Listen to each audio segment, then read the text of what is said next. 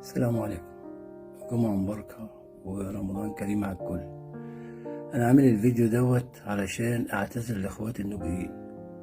أنا عملت الفيديو وما جبتش سيرة كلمة نوبيين خالص، وعامل كاركتر بيتكلم بطريقة معينة زي مثلا يعني الليمبي كده، زي الحاجات اللي بتتعمل في السينما، وزي ما كان بيتعمل زمان بالطريقة ديت. إنه بيتكلم كده، بس ما قلتش كلمة نوبي ولا قلت جملة غلط في النوبي خالص. مع ذلك انا بعتذر لكل واحد اخ ليا، لان انا متربي مع نوبيين وعايش معاهم ناس محترمه، وبعتذر لهم كلهم ومستعد اجي لكل واحد ابوس دماغه في بيته. وانا مسحت الفيديو من كل صفحاتي على السوشيال ميديا، وتواصلت مع شركه اداره بلبن وهيمسحوا الفيديو من عندهم خلاص. وبقول لكم انا اسف جدا جدا.